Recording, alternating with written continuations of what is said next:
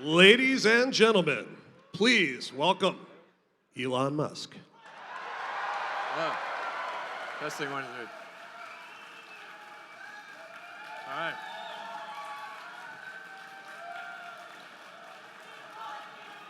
All right. All right. Welcome everyone to the Model X launch.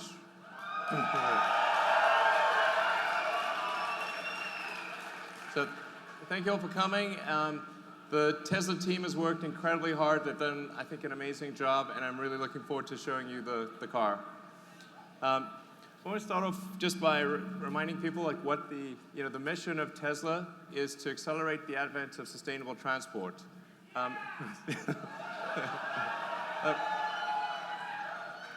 As I think you guys know, it's incredibly important that we move to a sustainable world sooner rather than later. The sooner we do it, the better it is. And and it's important to show that that any type of car can go electric. We showed that you could make a compelling sports car with the Roadster, and that could go electric. And we showed that you could do it with a sedan, and now we're going to show that you can do it with an SUV.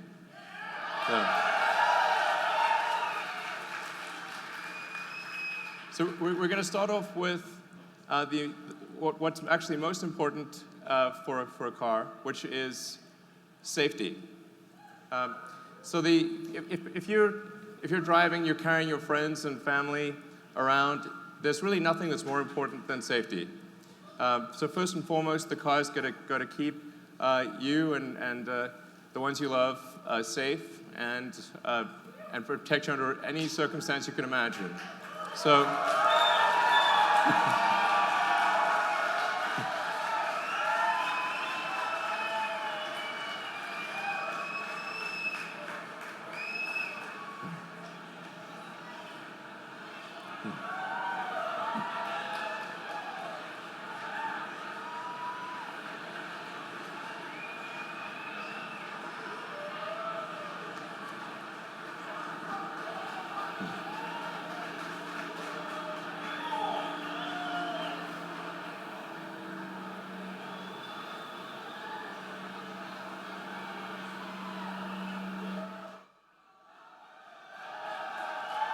All right. Thank you.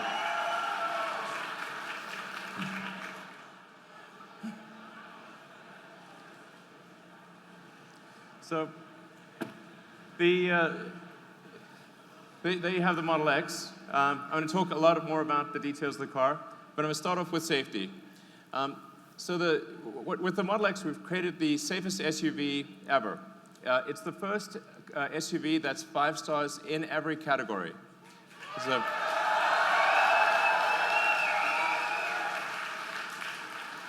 and I thought I'd just explain what does 5 stars mean, because 5 stars is not technically a statistical number. It's sort of a rough reference point. And what it actually means is it describes the probability of a serious injury in a high-speed accident. So you start off with sort of 2-star, 3-star, 4-star, 5-star, and they go down in 5% increments. So a 4-star would be a 15% probability of injury in a high-speed accident. 5-star would be 10%. Hypothetically, if there was a 6th star, it would be at 5%. And we've been able to get with the Model X an expected rating of about 6.5%. So.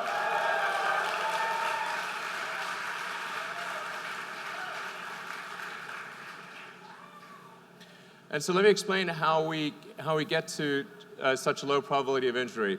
It goes to the design of the car and the fundamental architecture. So starting off with the frontal, what happens in a frontal crash. This is where most injuries and deaths occurs in a frontal crash. And normally with a gasoline car, you've got a large steel engine block in front. And so in a high-speed impact, that engine block compresses into the passenger compartment and obviously causes damage to the people that are sitting there. With the Model X, there is no such thing. So we have a small electric motor that's down low by the battery pack. And the net effect is that you've got a much larger distance for the crumple zone. So it's really taking impact energy is about force over distance. And if you've got a longer distance, you can actually distribute that force over that longer distance and have a better deceleration and not impact the cabin. So in the case of the frontal zone, you've got something that's the equivalent of, like if you were to jump out of a tall building into a pool, it's the difference between jumping into a pool or a pool with a rock in it. So you don't want the pool with the rock in it.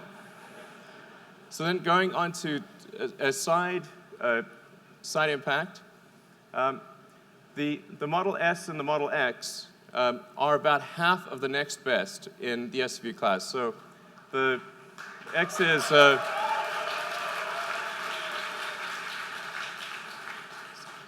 the side pole intrusion is only 215 millimeters in the Model X, and that's compared to the next best SUV, which is about double that number. And let's see what that looks like in pictures. So this is what it looks like with a side. This is the actual side pole test for the Model X compared to the next best SUV in the world. Yeah.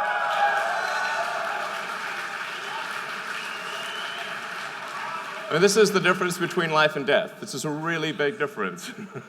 So, and then now let's look at the rollover numbers. So the Model X, because it has a low center of mass with the battery pack and the floor pan, has half the rollover propensity of any SUV or minivan. So the probability of a rollover injury is substantially reduced. And you can see this in the architecture. We start with the pack, and that pack provides a stiffening member for the whole car. It provides a very strong foundation for the whole car, lowering the center of mass, and serving as a load transfer medium to the rest of the vehicle. So whereas a gasoline car really just has thin corrugated sheet metal at the base and can't transfer the load in a side impact. So we'll just show you the rest of the car building up. You see the motors and the chassis. It gives you a sense for the core architecture of the car. Now, of course, the best protection is not to get into an accident at all. So the Model X comes standard with active safety, which includes automatic emergency braking and side collision avoidance. So the car will actually use the camera and the radar to automatically brake before there's an accident, and it will use the ultrasonic sensors around the side of the car to steer you away from a side collision. And these are active all the time, and it's just a standard feature in the car.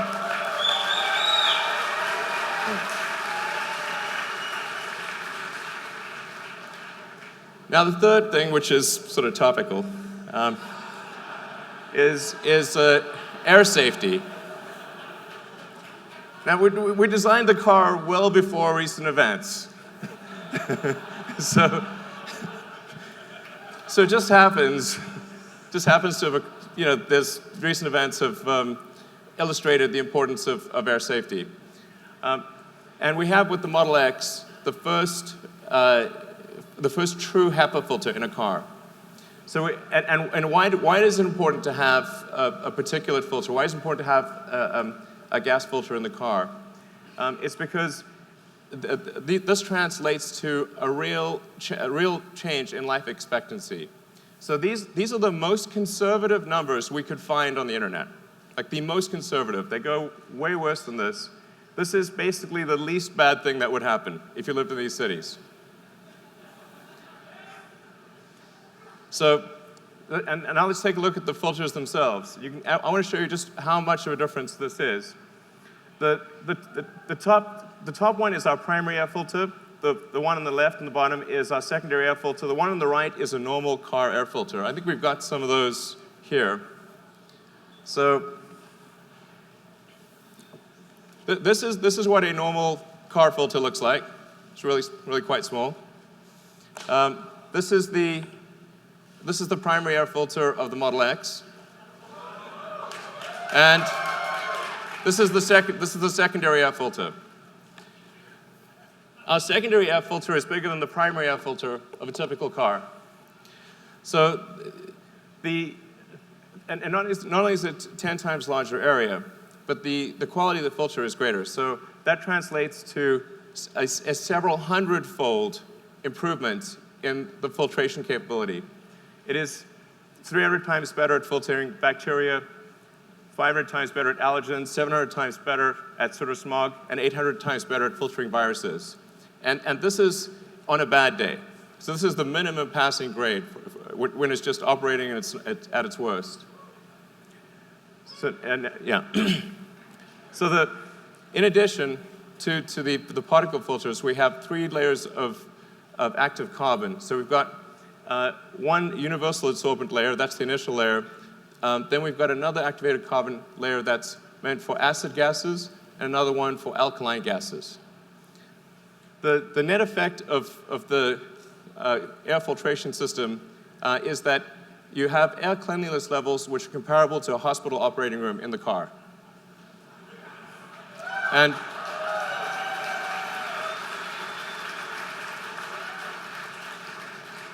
in fact, when the car is operating at its at maximum capability, so if you sort of press max capability in the car, we can't even detect any viruses or bacteria or spores. So it's like 0 come through. So if there's ever sort of a apocalyptic scenario of some kind, hypothetically, you just press the bioweapon defense mode button. This is a real button.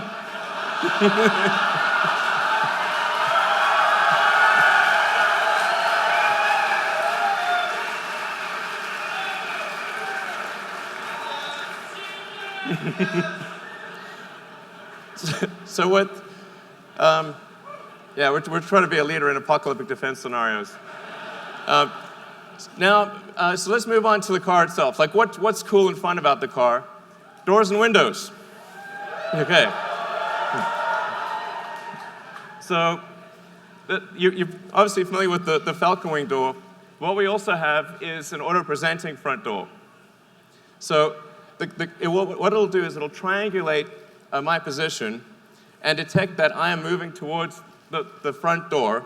It will open the front door without me touching anything. I will sit down and it will close the door, like an invisible chauffeur.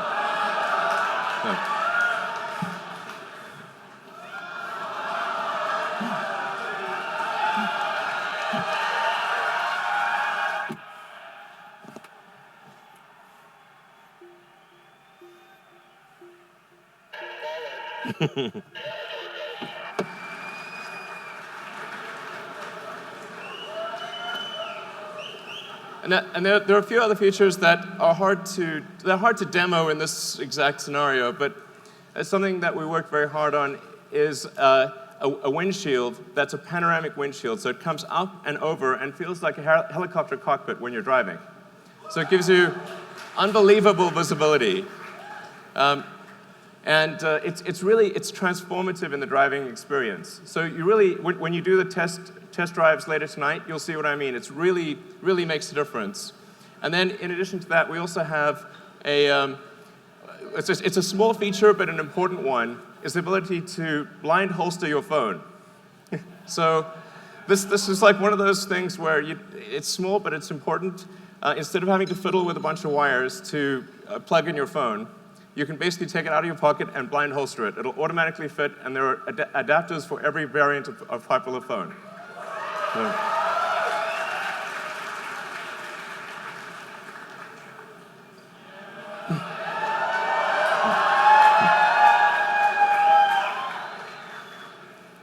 So let's open these doors.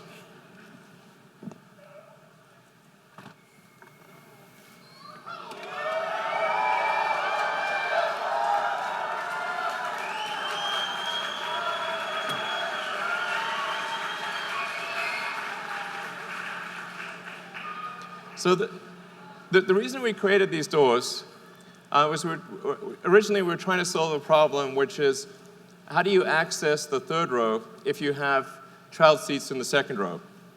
And I encountered this problem when I first got a gasoline SUV, and I had twins, and once you put them in the second row, you couldn't access the third row.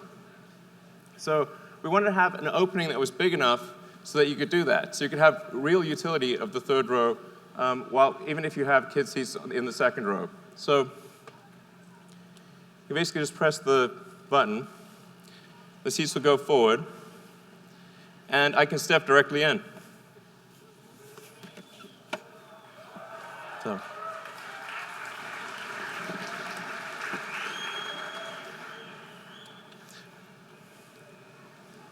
It's also important that if you have, say, a child seat here, that instead of having to cantilever your kid out in front and sort of put them basically into a small hole, you can actually just stand right here. You can actually step into the car if you want, and you can just put your child down in the child seat. It makes a huge difference in terms of back strain and comfort. So those are the two functional reasons, and then it also looks cool. So, yeah. So that's the Falcon Wing doors, and now obviously a question with the doors is, so how do they fit in tight spaces? Well, we'll show you. Let's bring out the cars.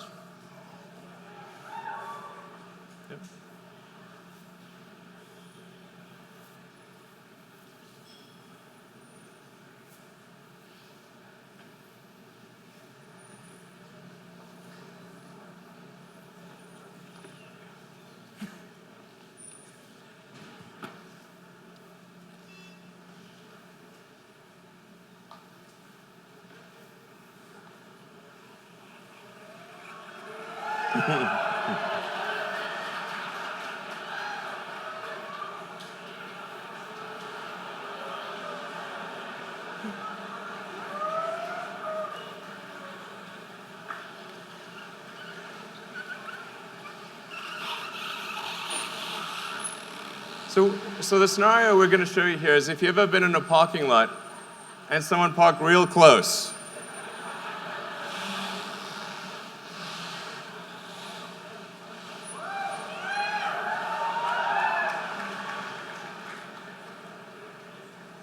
So I don't know if you can see well here, but there's only about a few inches separating the side mirrors on each side of the car. So we're going to open the Falcon Wing doors when there's barely enough room to squeeze between the two cars.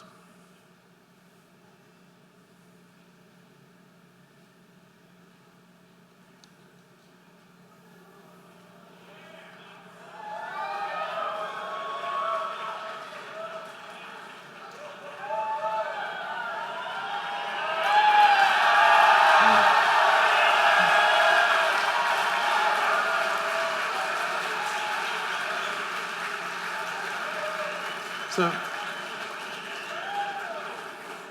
the reason it's able to do that is because, unlike a traditional gull-wing door, which is only actuated on a single hinge, the Model X Falcon Wing doors are actuated on two hinges. So it's able to move up and over instead of simply moving out in a broad arc. And moreover, if you compare it to, say, a minivan door, let's open the minivan door here. You can see that when the minivan door opens, I can't even get through that space. So let's close the minivan door. Now the Falcon Wing door is open.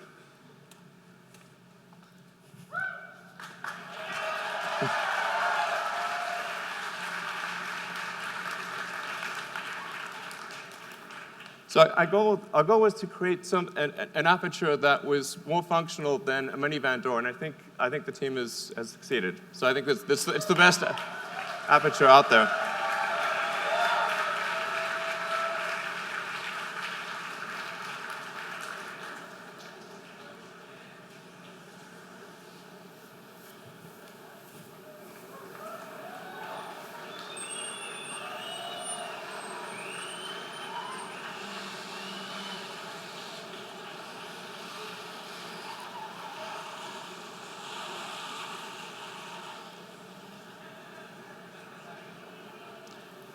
And just to illustrate what it's like in a garage, so you saw what it's like if it's tight from a side standpoint.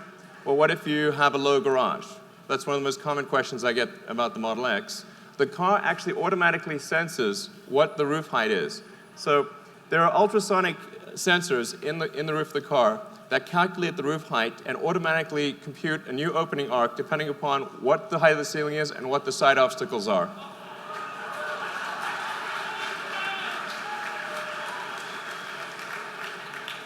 And we actually developed a new ultrasonic sensor that's able to do sonar through metal. So in order to avoid having a puck, which is ordinarily needed for ultrasonic sensors, we thought the aesthetics of the puck would not be good because it would have to be in the center of the door. So we actually developed an ultrasonic sensor that can literally see through metal. All right. So let's maybe talk a bit more about the second row seats.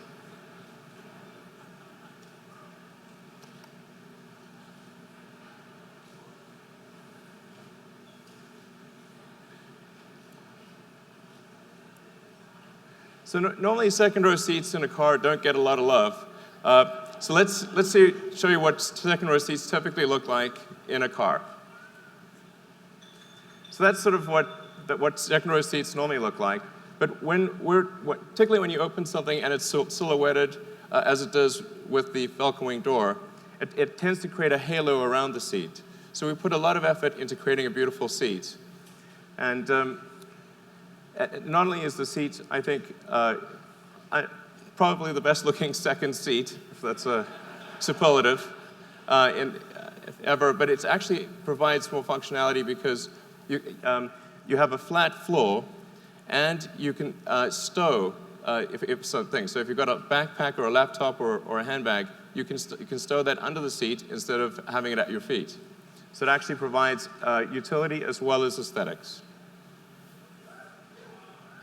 All right.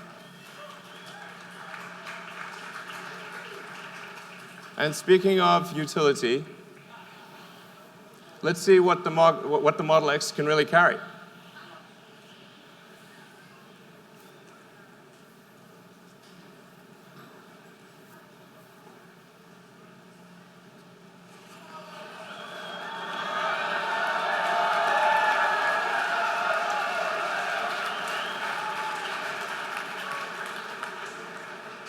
So the Model X is capable of towing 5,000 pounds. So 5,000 pounds while carrying 7 people and quite a lot of luggage. Yeah.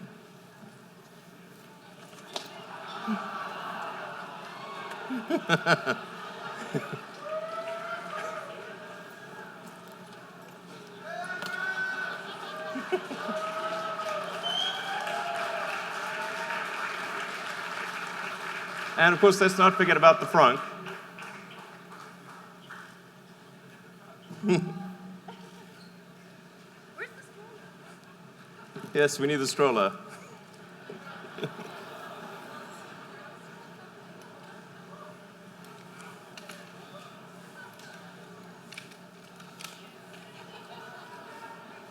There we go. Do you want to put them in or do you want to carry them out? All right. All right.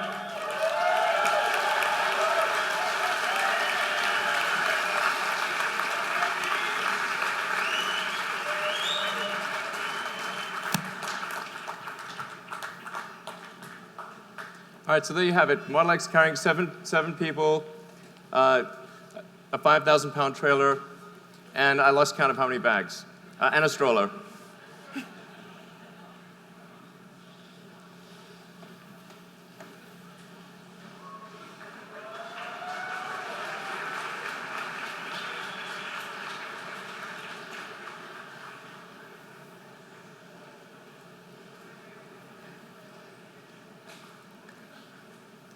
All right, so something that we developed for the Model X is, like, let's say you want to carry skis, bikes, and you want to do that quickly and easily.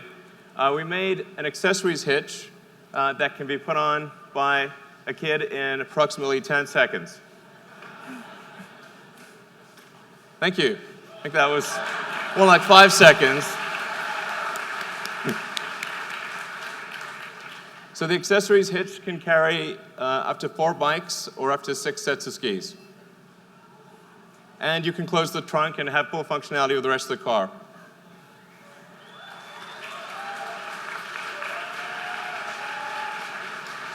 Woo.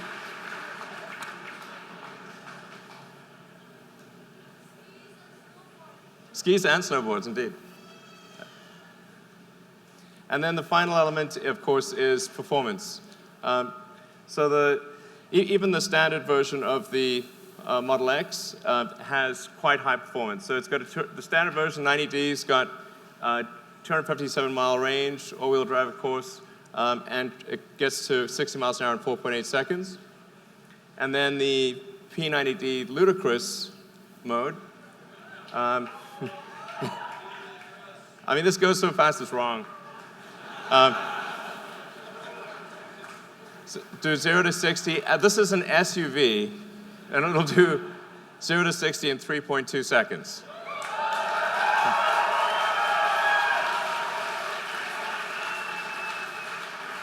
All right. So with that, let's hand over the post-production cars.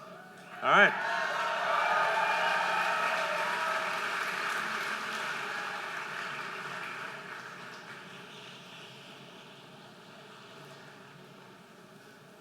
All right, so let's see, VIN 6. Hey. Hey, all right. What's up, man? Amazing. Hey. Congratulations. Such an awesome job. All right, cool. Nice license plates. All right. Great work. All right.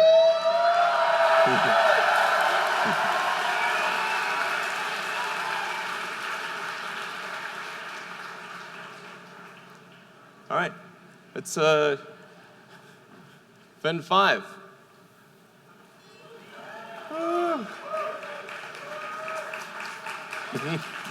Car's coming soon.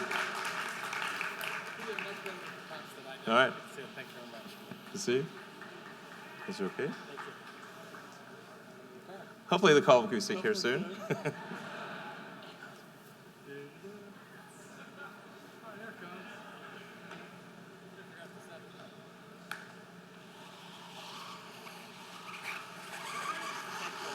All right, thanks.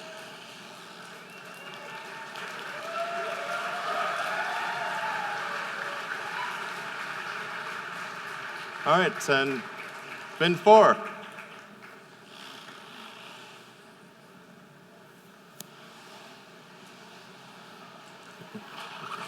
Standing for Sergey. All right. All right.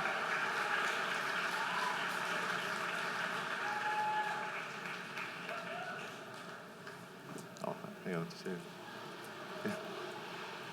VIN 3.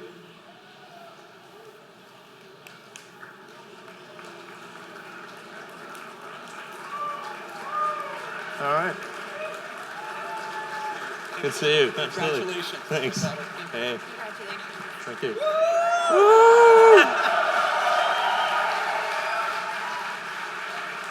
All right, and VIN 2.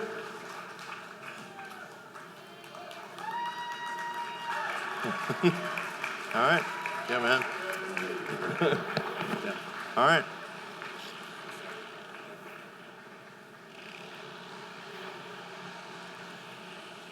And then, let's see. Then the final one is my car, which is going to be up in a moment. And I will I'll leave my car on stage when it arrives, so that you can come and take a close look at it and call around it and that kind of thing. And that's that. Really, I hope you have a great night. Enjoy the test drives. So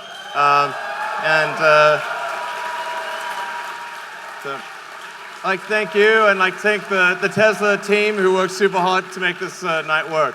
All right, thanks. Have a good night.